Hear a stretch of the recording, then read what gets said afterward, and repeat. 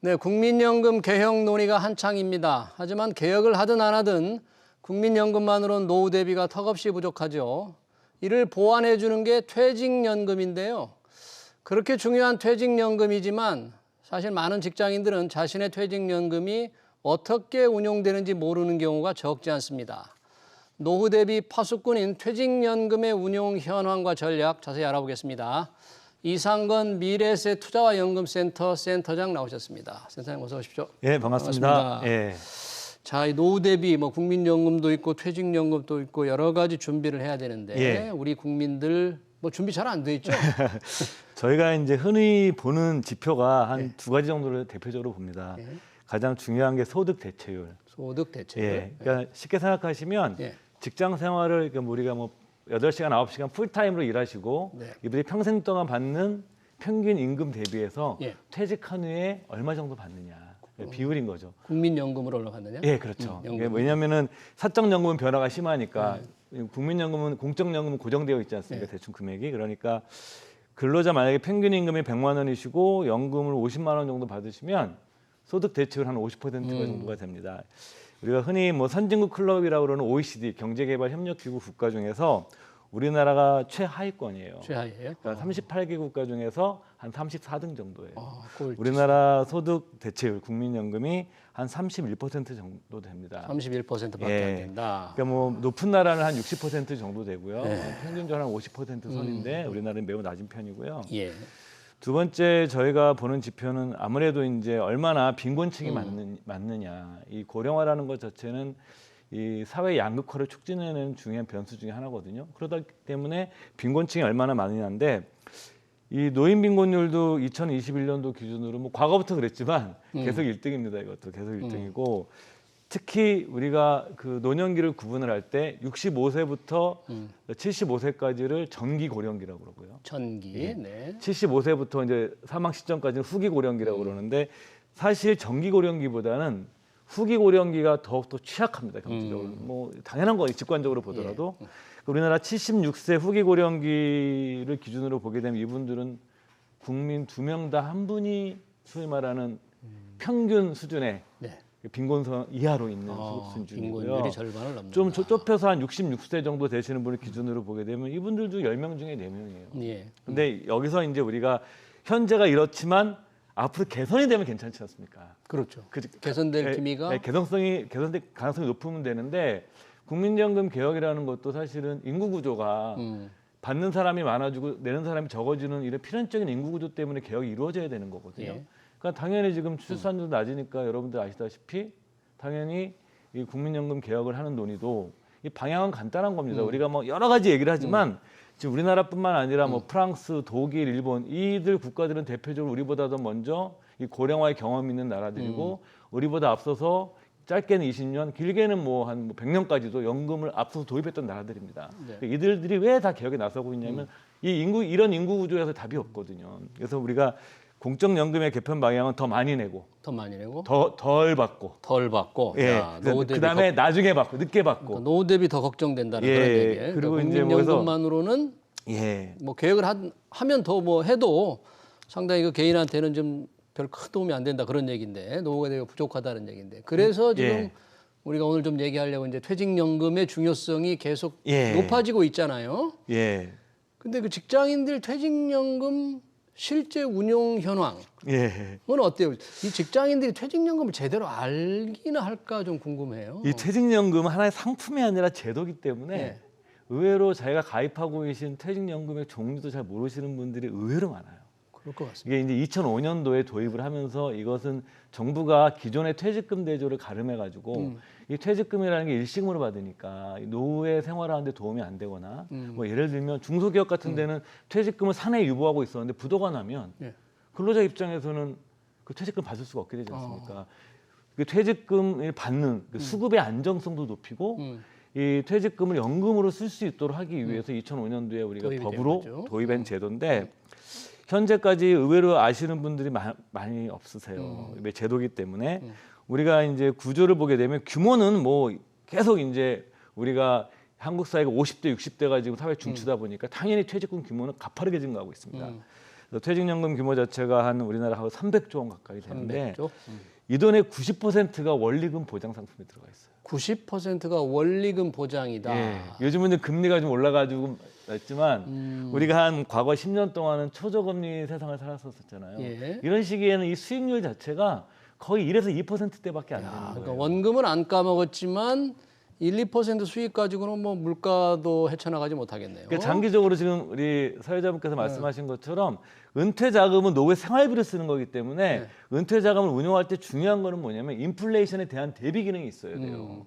그렇지만 이 낮은 금리 예금 상품으로 운용되면 안전해 보이지만 예. 시간이 흘러가면서 우리가 투자도 복리 수익률을 추구하지만 인플레이션도 복리로 작용하거든요. 네. 그렇기 때문에 이제 실질적으로는 좀 수익률이 떨어져서 운용 자금이 부족하게 되는 거고 뭐 미국이나 호주 같은 나라들이 뭐 연금에 있어서는 뭐 세계 최고의 수준의 연금들을 가지고 있는데 여기 같은 경우는 다 절반 이상이 다 투자 상품에 들어가 있습니다. 투자 상품. 예. 우리는 90%가 원금 보장. 예, 원리금 보장형 상품에 들어가 있고요. 그러니까 수익률이 너무 낮다. 투자 상품으로 적극적으로 운용을 해야 된다는데 예. 그렇게 해야 된다는 사실이나 그걸 잘 모르는 분이 많다. 뭐 그런 거 아닙니까? 지금? 예, 그리고 뭐 제도도 DB형, DC형, 뭐 확정 급부형, 확정 기업 말이 좀 어렵죠. 그거 어려워요. 그러니까 이제 쉽게 생각하시면 회사에서 알아서 다 운용해 주는 거예요. 기존 옛날 퇴직금처럼. 퇴직금과 똑같은 게 예, DB. DB. 그다음에 이제 내가 운용의 주체가 돼서 내가 그 돈을 받은 것. 그러니까 회사들마다 그 퇴직 그 부담금이라고 그러는데 그걸 넣어주는 게 어떤 회사들은 매월 1년치 퇴직금을 매월 나눠서 주는 회사도 있고요.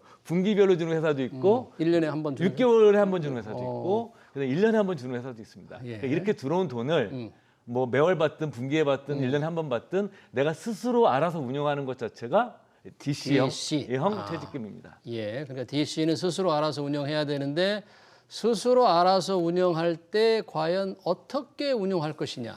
예. 뭐 늘 하듯이 원리금 보장으로 갈 것이냐. 아니면 조금 시장 수익률보다 조금 높게 운영할 수 있는 방법을 찾을 것이냐. 이게 예. 문제네요. 예, 맞습니다. 그 핵심이고요. 지금 정확히 말씀하셨고요. 그래서 근데 아직까지는 우리가 DC형 소위 말하는 운용을 목적으로 하는 상품, DB형이 어차피 회사에서 알아서 하는 거니까 회사에서 알아서 해요. 물가 상승률 반영해서 뭐 노조나 임담회를 하지 않습니까? 예. 거기서 결정이 되거든요, 대략. 근데 DC형에 운용해야 되는데 그냥 이분들이 신경을 안 쓰고 다 예금에 넣어놓거나 그냥 냅둬버리는 거죠. 그러다 보니까 중요한 DC형이란 개념 자체가 원래 적극적인 운용과 자산 배분을 전제로 한 개념인데 실제로는 상당 부분이 원리금 보장 상품 운용이 되고 있는 거죠. DC형도. 예.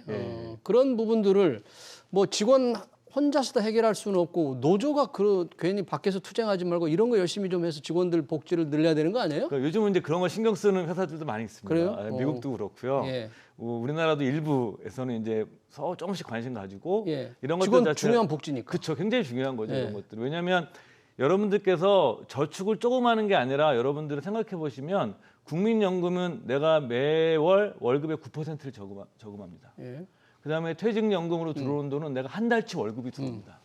그래서 생각해 보면 국민연금 알아서 운영하니까 빼고 예. 한 달치 월급을 내가 들어오는데 이 돈을 여러분들께서 어떻게 운용하셨습니까? 이 질문에 답을 하실 수가 있어야 돼요, 이제. 예.